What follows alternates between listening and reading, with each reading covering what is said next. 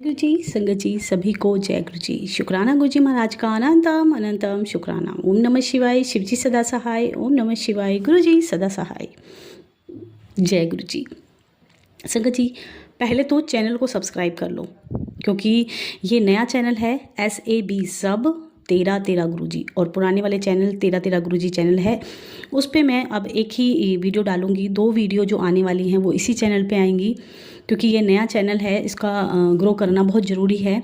क्योंकि इस पे ऑटोबायोग्राफी ऑफ अ योगी और जल्द ही शिव पुराण हम शुरू करने वाले हैं, तो प्लीज़ चैनल को ज्वाइन जरूर करें जिनको भी शिव पुराण सुननी है। लेकिन मैं एक चीज़ कहूँगी कि संगत जी, जहाँ तक मैंने पढ़ा है और जहाँ तक मैंने सुना है कि 7 बार अगर शिव पुराण सुन ली जाए लगातार तो साक्षात शिव के दर्शन होते हैं। परमात्मा मरने के बाद मिलेंगे कि नहीं मिलेंगे पता नहीं, लेकिन जीते जी अगर आप चाहते हैं कि आप उनका साक्षात्कार करें तो एक बार शिव पुराण जरूर सुन लें। तो अभी शिव पुराण जल्द ही हम शुरू करने वाले हैं। चैनल को ज्वाइन करके रखें, ज़रूर से ज़रूर इसको ज्वाइन करें। अगर ज्वाइन नहीं करेंगे तो हो सकता है आपके पास नोटिफिकेशन ना भी आए, तो प्लीज़। और दूसरी चीज़ ये कि फिर मैं प्लेलिस्ट बना के डाल दूँगी इस चैनल पे, ताकि आप एक बार सुन सके साथ में और 6 बार फिर उसको प्लेलिस्ट को सुन लें। पहली बार जब आप सुनेंगे तो आपको थोड़ा सा मतलब फील हो जाएगा कि हाँ इसमें है क्या, और 6 बार और सुनेंगे तो परमात्मा की दया आपके ऊपर हमेशा बनी रहे। मैं तो यही कहूँगी कि लेकिन ये बहुत सारी संगत ने मुझे बताया भी है कि आंटी मैंने भी पढ़ा था कि शिव पुराण को 7 बार लगातार पढ़ने से शिव के दर्शन होते हैं, और ये मेरे साथ हुआ है। तो बहुत सारे एक्सपीरियंस मैंने पढ़े भी हैं, सुने भी हैं। तो जो भी शिव प्रेमी हैं, शिव भक्त हैं, गुरु जी की संगत हैं, क्योंकि गुरु जी में और शिव जी में कोई फ़र्क या कोई अंतर ढूंढना या मानना हमारी सबसे बड़ी बेवकूफ़ी है। क्योंकि साक्षात शिव रूप में ही गुरु जी आए हैं, जो गुरु रूप में आए हैं और हम सबका कल्याण करने आए हैं। संगत जी, गुरु जी एक बात बोला करते थे हमेशा कि सेवा करनी औखी गल नहीं है। आज सेवा जितना देती नहीं है उससे बहुत कहीं बढ़कर वो ले जाती है, अगर उसको सही तरीके से नहीं किया जाए।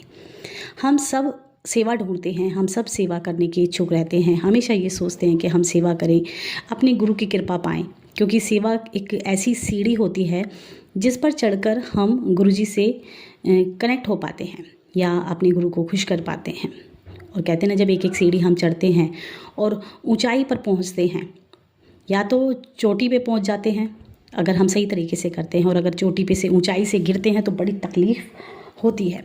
तो सेवा के माध्यम से अगर हम गुरु जी से कनेक्ट हो रहे हैं या हम अपने आप को गुरु की नज़रों में ला रहे हैं कि हम आपकी सेवा करते हैं, तो सेवा का एक तरीका होता है और एक ढंग होता है जो गुरु की नज़रों में आने के लिए बहुत ज़रूरी है। बोलते हम सभी हैं, लेकिन जो मीठा बोले, गुरु की संगत को हमेशा अपनी वाणी पे या तो कंट्रोल रखना है, और या फिर बोलना है तो बहुत ही प्यार से बोलना है। क्योंकि सामने वाले का हमें नहीं पता संगत जी कि वो कितना, कहते ना, अंदर से कितना परमात्मा से जुड़ा हुआ है। क्योंकि बहुत बड़े बड़े महापुरुष भी ऐसे ही होते हैं, वो सबके सामने अपनी चीज़ें नहीं आने देते हैं और देखने में मस्ताना लगते हैं, ऐसे लगेंगे जैसे कुछ है नहीं। और अगर ऐसे किसी महापुरुष का हमने मन दुखा दिया अनजाने में, तो बहुत बड़ी गलती हम लोग कर पाते हैं। एक बहुत पुराना मैं आपको एक प्रसंग सुनाने वाली हूँ। एक बार एक बहुत बड़े महापुरुष बैठे थे, संगत बैठी थी और कुछ सेवादार थे महापुरुष के, और एक मदारी आया जो बंदर का डांस करा रहा था। बंदर का नहीं, सॉरी, रीछ का। तो जब गुरु के दर पे वो आया तो उन्होंने कहा कि मैं कुछ कला मेरा ये रीछ करता है, मैं आपको प्रसन्न करने के लिए इसके करतब दिखाऊं। तो गुरु का हुक्म हुआ कि हाँ दिखाओ। तो जब वो दिखाने लगा और बार बार एक ही बात बोले कि बहुत बड़े हैं, बहुत ज्ञानी हैं, बड़ी बड़ी दातें मिलेंगी, बड़ी बड़ी ये चीज़ें मिलेंगी। कहते हैं ना, हम कभी बंदर का डांस देखा हो तो सब कहते हैं कि अरे ये तो बड़े बड़े लोग हैं, बड़े बड़े लोगों को खुश करेगा तो ये पाएगा ये पाएगा, और वो और एफर्ट लगाता है जो बंदर होता है। इसी तरीके से वो भालू का जो वो करा रहे थे, तो बार बार बोल रहे थे गुरु की तरफ देख के कि बहुत बड़ी बड़ी दातें तुझे मिलने वाली हैं, इनको प्रसन्न करेगा। तो एक सेवादार जो बड़ा देख के खुश हो रहा था, बड़ी तालियां बजा रहा था, बड़ा मन में खुश था। तो उसको जो महापुरुष थे, जो गुरु थे, तो उन्होंने कहा कि तुझे पता है ये कौन है? तो वो बोला, मैं अज्ञानी क्या जानूं गुरु जी कि ये कौन है? बोले, ये तेरे पिता हैं। वो एकदम भुचक्का, मतलब कहते हैं ना, एकदम आंखें फटी की फटी रह गई। वो सोचने लगा कि मेरे पिता और सारी साथ संगत भी ये गुरु की बात सुन रही है कि ऐसे कैसे, मतलब इसके पिता। और वो देख के आंखों में आंसू लेके और अपने गुरु से बोला कि गुरु जी, मेरे पिता ने पूरी ज़िंदगी सेवा की और गुरु के दर पे रोज़ आकर सेवा की, और बहुत मतलब मन से, जहाँ तक मैं जानता हूँ। तो गुरु ने कहा कि तेरे पिता ने जो सेवा की उसको बड़ा अभिमान था अपने ऊपर, और बहुत संगत की कंप्लेंट आती थी। और उसने जो उसके पिता जो बेटा था उसने ये भी कहा कि इस गुरु की उन्होंने सेवा की थी, और अगर गुरु के दर पे आके सेवा कर कर भी हमारा कल्याण नहीं होना, हम 84 योनियों से नहीं बचने, तो हमारा सेवा करने का क्या फ़ायदा, हमारा गुरु से जुड़ने का क्या फ़ायदा। तो उसने कहा, गुरुजी ने कहा कि तेरे पिता ने सेवा की, लेकिन सेवा कैसी की उसको कई बार समझाया गया था, बार बार समझाया गया था कि अभिमान नहीं ला, अपने आप अंदर से विनम्रता लेके आ, अपने आप से नीवापन लेके आ, क्योंकि संगत की बहुत कंप्लेंट आती थी। और वो संगत के साथ कुछ मतलब कहते हैं ना अपशब्द, और एक ये सोचना कि मैं ही हूँ यहाँ का सेवादार। तो उसको कई बार समझाया भी नहीं गया था, लेकिन वो नहीं माना। एक बार कड़ा प्रसाद की सेवा उसकी लगी थी, और एक की बैलगाड़ी जा रही थी, वो उतर के आया कि मुझे ना वो दे दो, कड़ा प्रसाद पहले मेन्यू दे दो। तो वो उसको बार बार आंखें दिखा दिखा के चल लाइन में आ, चल लाइन में आ। और वो बार बार कहते हैं ना, सामने वाले का नहीं पता कि वो कितना कहते हैं ना पुण्य आत्मा है, कितना उसकी कमाई है, कोई कितना महापुरुष है। अगर किसी महापुरुष की गलती से आत्मा दुखा दो तो बहुत तकलीफ मिल जाती है संगत जी। और बोले उसको कई बार कहा था कि तू इतना कमाता नहीं है, जितनी तेरी कमाई नहीं है सेवा की, जितनी तू गवा देता है, और सिर्फ अपनी हरकतों की वजह से। तो जब वो सेवा उसके कड़े प्रसाद की थी और वो कार्ट पे से उतर के जो भाग कर आया था, तो बोला मेरी कार्ट निकल जाएगी, आप मुझे दे दो। नहीं दिया, नहीं दिया। कई बार उसने कहा कि पीछे चल, भाग लाइन में चल, तो उन्हें नहीं दिया। और सिर्फ 1 सेकंड का ही तो काम था कि मुट्ठी भर कड़ा प्रसाद उसके हाथ पे टेकना था, लेकिन उसने नहीं दिया। और उसने जब चिल्ला के उसके पिता ने ये कहा कि क्या मेरे ऊपर रीछ की तरह चढ़कर आ रहा है, तो उसका मन दुख गया। और उसने मन से जो उसके अंदर से आह निकली वो ऐसी निकली कि वो अगले जन्म में रीछ बन के पैदा हुआ। संगत जी, कभी कभी ना वाकई ही ना बोलना ज़्यादा बेहतर है बोलने से। कभी कभी चुप रहना चाहिए। हमें सामने वाले की कहते हैं ना अंदर का कुछ नहीं पता कि हम सोचते हैं हम सबसे बड़े हैं, हम बहुत ज़्यादा गुरु के भक्त हैं। नहीं, सामने वाला हो सकता है हमसे बड़ा हो, हर चीज़ में बड़ा हो, बस वो दिख ना रहा हो, उसकी वेशभूषा हमें ऐसी नहीं लग रही हो। तो मन कभी किसी का नहीं दुखाना है। और आज मैं बड़े बड़े प्यारे प्यारे आप लोगों को सत्संग सुनाने वाली हूँ गुरु जी के। संगत जी, पर गुरु जी एक चीज़ और बोलते थे कि मेरे कोल जब आते हो ना, कोई एजेंडा लेके नहीं आओ। एजेंडा मतलब कि हम गुरु के पास जाएंगे तो ये करेंगे या ये लेके आएंगे, या ऐसे कुछ एजेंडे नहीं लेके आओ, और कोई लिस्ट भी नहीं लेके आओ। बहुत सी संगत जब गुरु जी के पास जाती है तो एक लिस्ट लेके जाती है, बल्कि सत्संग भी जब हम शेयर करते हैं तो बोलते हैं कि गुरु जी के बस एक अरदास और है, ये और कर दो, ये और कर दो, ये भी कर दो, मेरी बेटी की ये भी शादी है, ये भी कर दो, और ये भी कर दो, और ये भी कर दो। मतलब लिस्ट लगा के हम गुरु जी के पास जाते हैं, लिस्ट लगा के हम गुरु जी के सत्संग कर रहे होते हैं संगत जी, जो बिल्कुल गुरु जी के नियमों के और गुरु जी के वचनों के बिल्कुल खिलाफ है। गुरु जी ने कभी नहीं कहा लिस्ट लेके आओ। जिस लायक हम होंगे हमें वो मिल ही जाएगा। लायक नहीं है तो लायक बनो तो मिल जाएगा। लिस्ट लगाने से या फरमाइश रखने से या बार बार गुरु जी को बताने से कुछ नहीं होने वाला। और सबसे बड़ी बात प्राउड की, कहते हैं ना, हम गुरु जी को प्राउड फील कैसे करा सकें। हम किसी टीचर्स के अच्छे स्टूडेंट बनते हैं तो हमारे टीचर को हम पे प्राउड होता है कि तुम ने मेरा नाम रोशन किया। अभी जो गुरु जी हमें बना रहे हैं वो शिव परिवार है, क्योंकि शिव हमारे गुरु जी हैं और हम उनकी संगत हैं। कभी तो अपने गुरु को प्राउड फील कराएं। हम अच्छे अपने व्यवहार से अपने आप को बदल के, जैसे हम थे, हम अनपढ़ गंवार जाहिल ही थे, हम पैदा ही ऐसे हुए थे, लेकिन अभी तो हम गुरु जी के बच्चे हैं। कम से कम अब तो हम इंसान बन जाएं। एक ऐसे गुरु के बच्चे हैं जो हमेशा अपनी गद्दी पर बैठते थे तो दोनों हाथ जोड़ के सबको नमस्ते करते थे। हम उस गुरु के बच्चे हैं। जब जिनका टीचर, जिनका गुरु साक्षात शिव है, तो उनकी शिव परिवार कैसा होना चाहिए। क्या हम उस परिवार में शामिल होने लायक हैं? कभी कभी अपने आप को परखा करो संगत जी।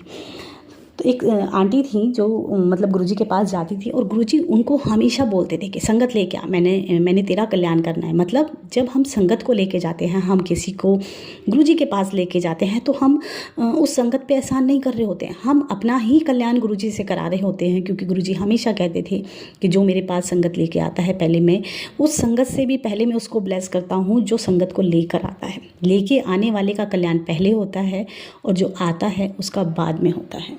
तो जब भी हम संगत को लेके जाते हैं तो गुरुजी पहले हमारा ही कल्याण करते हैं। और ये गुरुजी के काम करने का अपना एक तरीका है जो बिल्कुल अनोखा है, क्योंकि उनके तरीक़ों समझ पाना हमारी सामर्थ्य नहीं है। तो आंटी जो थी वो हमेशा किसी ना किसी संगत को लेके जाती थी, और जब वो संगत को लेके जाती थी ना, और जब भी संगत को आंटी लेके जाती थी तो गुरुजी मतलब उनको बोलते थे कि और संगत लेके आ, मैंने तेरा कल्याण करना है। आंटी हर बार संगत लेके जाती थी। जब संगत को लेके जाती थी तो गुरुजी से मिलाती थी कि गुरुजी ऐसी संगत है। और आंटी बताती है कई बार ऐसी संगत को वो लेके जाती थी जिनको वो जानती भी नहीं थी। मतलब सब कुछ गुरुजी ने प्लान किया हुआ था। और जब वो लेके जाती थी तो गुरुजी से बताती थी तो गुरुजी उनकी फाइलें खोल देते थे। आंटी बोलती थी कि मैं उनके बारे में कुछ नहीं जानती थी, लेकिन गुरुजी उनकी पूरी फाइलें खोल देती थी। एक बार एक आंटी एक अंकल को लेके गई थी, और जब अंकल को लेके गई तो गुरुजी से मिलाया आंटी ने। और जब गुरुजी से मिलाया तो किसी मतलब संगत के द्वारा बोला गया कि भाई गुरुजी इनकी 2 शादियां हैं। तो गुरुजी बड़े हंसे, बहुत तेज, बोले अच्छा 2 शादियां, 2 बीवी, एल है, इसकी तो 2 शादियां हो रखी हैं, इसकी तो 2 बीवियां हैं। और ये सिलसिला गुरुजी 2.5 साल तक चलता रहा। जब भी वो अंकल आते गुरुजी फिर बोलते ले आ गया 2 शादियां वाला, एले इसकी तो 2 बीवियां हैं, 2 शादी करता है। और गुरुजी हमेशा उनके संग एक मतलब मजाक उनके साथ करते थे, और वो नीचे नाड़ करके चुपचाप सुनते रहते थे। ऐसे ही समय बीतता रहा, और एक दिन गुरुजी ने हाथ करके उनकी तरफ कहा कि ले आ गया 2 शादियां वाला, इन्हें ना 2 शादियां की थी हैं। और सब संगत जो हंसती थी, मतलब खिलखिला के जब गुरुजी बोलते थे, गुरुजी की बातें इतनी प्यारी होती थी कि जो नहीं भी कहते ना, गुरुजी के मंदिर का एक माहौल होता था संगत जी, जो आज भी है। और जब गुरुजी साक्षात बैठे थे आकार रूप में, आज तो निराकार रूप में हैं, लेकिन जब बैठे थे तो अलग ही माहौल होता था जब गुरुजी कुछ बोलते थे। तो जब गुरुजी बोलते थे तो संगत हंसती थी। अब अंकल कभी कुछ नहीं बोले, लेकिन एक दिन गुरुजी के हाथ को पकड़ के ऐसे ही बोले कि गुरुजी आपने भी तो 2 शादियां की थी, मैंने की तो क्या गलती की। गुरुजी जहाँ हंस रहे थे उसका मतलब बोल के, और हंस रहे थे बहुत तेज मुस्कुरा रहे थे, वहाँ गुरुजी एक शांत स्वभाव में बैठ गए और मुस्कुराने लगे। और गुरुजी के फेस की पूरी रौनक बदल गई, जैसे कहते हैं ना शाये कह दो, या एक ऐसे कि ऐसा अच्छा इसको तो पता चल गया, इस तरीके से होता है ना एक फेस कि ले इसको तो पता चल गया। तो कहा कि आपने भी तो 2 शादियां की थी, मैंने की तो क्या की। तो गुरुजी की वो साक्षात रूप में दर्शन कर चुके थे, वो कहते ना गुरुजी ने उनको दर्शन दिए थे शिव रूप में, और शिव जी ने 2 शादियां की थी।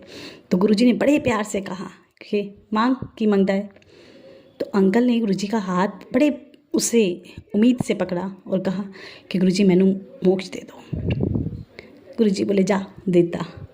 और आंटी को इस बात का बलाल हमेशा रहा कि कितने भोले, कितने प्यारे तरीके से ना पाने वाली चीज़, जिसके लिए बड़े बड़े तप किए जाते हैं, जिसके लिए बड़े बड़े कहते हैं ना एक पैर पे खड़े होकर हिमालय पे तपस्या करते कि हमें मोक्ष मिल जाए, आने जाने की इस चक्रव्यूह से मुक्ति मिल जाए, वो गुरुजी ने कुछ सेकंड में अपने भोलेपन में दे दिया।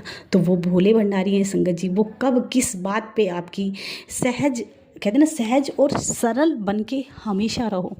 चालाकियाँ परमात्मा के साथ नहीं की जाती हैं, करनी तो इंसानों के साथ भी नहीं है, लेकिन आप चालाकी परमात्मा के साथ तो बिल्कुल नहीं कर सकते हो, क्योंकि परमात्मा आपके अंदर तक का जानते हैं। आप अगले क्षण में क्या सोचने वाले हो गुरुजी ये तक जानते हैं, कि अभी अगले पल ये क्या सोचेगा और अगले पल में ये क्या मांगेगा, अगर मैंने इसको ये दिया तो ये कैसा व्यवहार करेगा। तो चालाकियाँ छोड़कर जितने हम सरल और सहज हो जाते हैं ना, परमात्मा उतने हमारे करीब होते हैं। और जब हम अपने दिमाग में, कहते हैं ना मुंह फिर भी बंद हो जाए लेकिन मन चुप नहीं होता, मन में कुछ ना कुछ चलता रहता है। और मन को चुप करने का सिर्फ एक तरीका है, इस मन को परमात्मा से जोड़ दो। फिर ये मन सोचेगा भी ना तो सिर्फ गुरु जी के बारे में, फालतू चीज़ों के बारे में नहीं। तो इस तरीके से गुरु जी ने उनको ब्लेस किया और उनको मोक्ष दिया। और एक बार एक ये आंटी हैं जो बताती हैं कि मैं हमेशा मतलब मैं जब संगत लेके आती थी तो मेरे को गुरुजी ने एक सेवा दी थी कि बाहर से जो भी सेवा आती थी मतलब संगत आती थी बाहर से, तो उनको मेरे को अपने घर में रोकना होता था।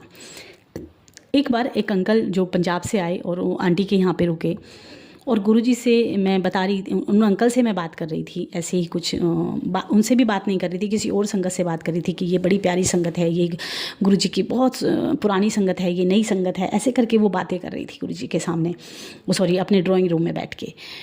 और जब वो अंकल जिनको वो छोड़ के आई थी गुरुजी के मंदिर, जब वो आए गुरुजी से मिलके तो आंटी को एक मैसेज जो गुरुजी ने बुलवाया और बोला, तो अंकल ने बोला आंटी को कि आंटी गुरुजी ने एक संदेश भेजा है आपके पास। और आंटी बोली तो घर आ जाओ।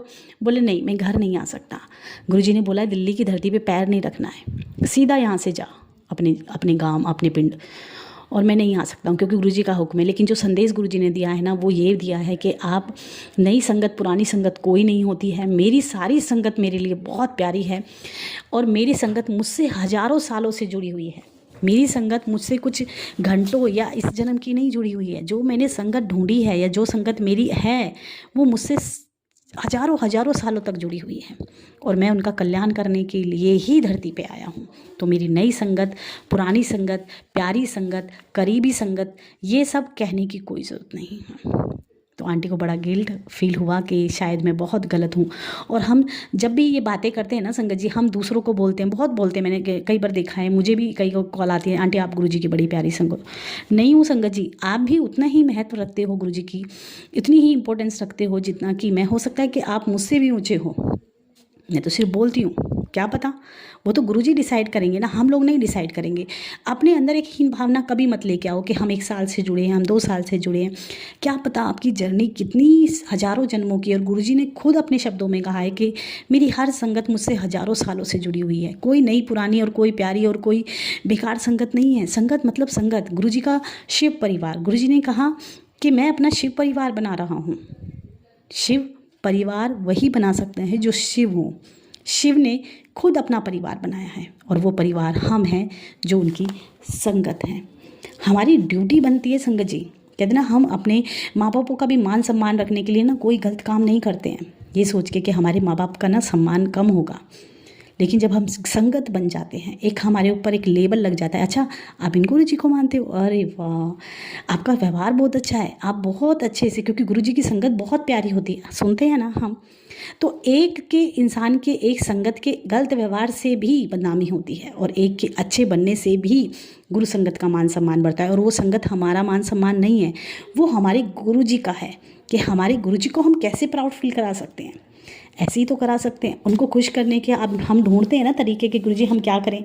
तो अच्छे बनो ना, अच्छे बनो, सरल बनो, सुगम बनो और दूसरों की मदद करो, दूसरों के काम आओ और दूसरों को किसी कपड़े को देख के, किसी की वेशभूषा को देख के जज नहीं करो।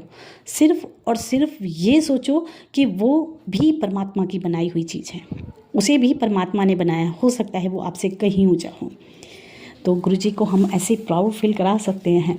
और गुरुजी एक बात और बोलते थे सुमित जी कि हर लड़की अपने घर से जल्दी सेटल होनी चाहिए, कुड़ियों की शादी जल्दी किया करो और मतलब जितना हो सके उतनी जल्दी बेटियों की शादी होनी चाहिए। मतलब एक निश्चित समय पे, एक अच्छे समय पे बेटियों को ज़्यादा घर नहीं रखना चाहिए, उनकी लाइफ को जल्दी सेटल करना चाहिए। तो आंटी एक दिन बैठी थी गुरुजी के सामने, तो गुरुजी ने उनसे कहा कि आंटी एक गड़वी लेकर आ, चमकती हुई।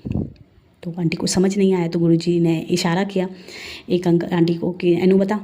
तो उन्होंने बताया कि एक तांबे का लोटा लेके आओ।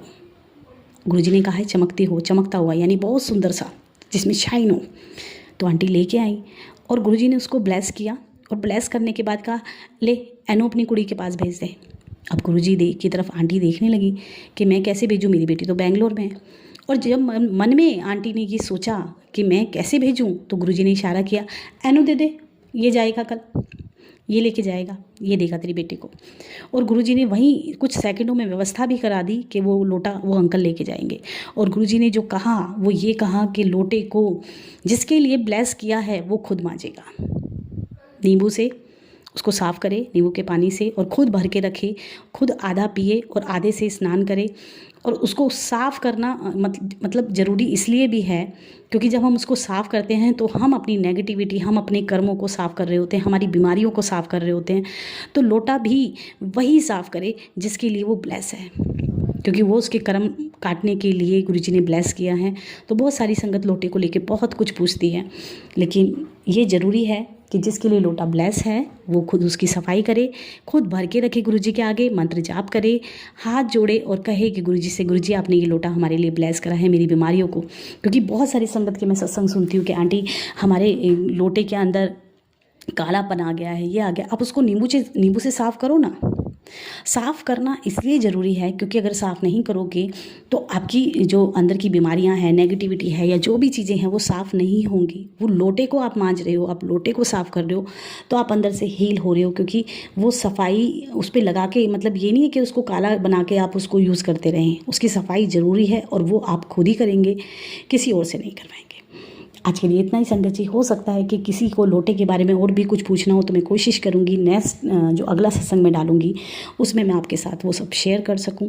लेकिन फिर मैं कहूँगी नए चैनल को सपोर्ट करें, सब्सक्राइब ज़रूर से ज़रूर करें, ज्वाइन करके रखें ताकि ऑटोबायोग्राफी ऑफ अ योगी आप सुन सकें। और गुरुजी की वो बताई हुई किताब वो है जिसमें गुरुजी ने बार बार कहा कि मेरे बारे में जानना है तो ये बुक पढ़ के आओ। और ये भी एक गुरुजी का हुक्म है जिसका पालन हमें करना चाहिए। तो और शिव पुराण के लिए भी आप चैनल को ज्वाइन करके रखें ताकि आपके पास शिव पुराण की एक प्लेलिस्ट हो। फर्स्ट टाइम आप चैनल पे सुने और सही तरीके से सुने। और जो मैं शिव पुराण करने वाली हूँ वो बहुत ईजी लैंग्वेज में है, बहुत ईजीली आप उसको समझ सकते हैं। जय गुरु जी, शुक्राना गुरु जी, बहुत बहुत शुक्राना गुरु जी। और संगत जी जिनको चैनल पसंद आ रहा है वो चैनल को सब्सक्राइब करके लाइक ज़रूर कर दें।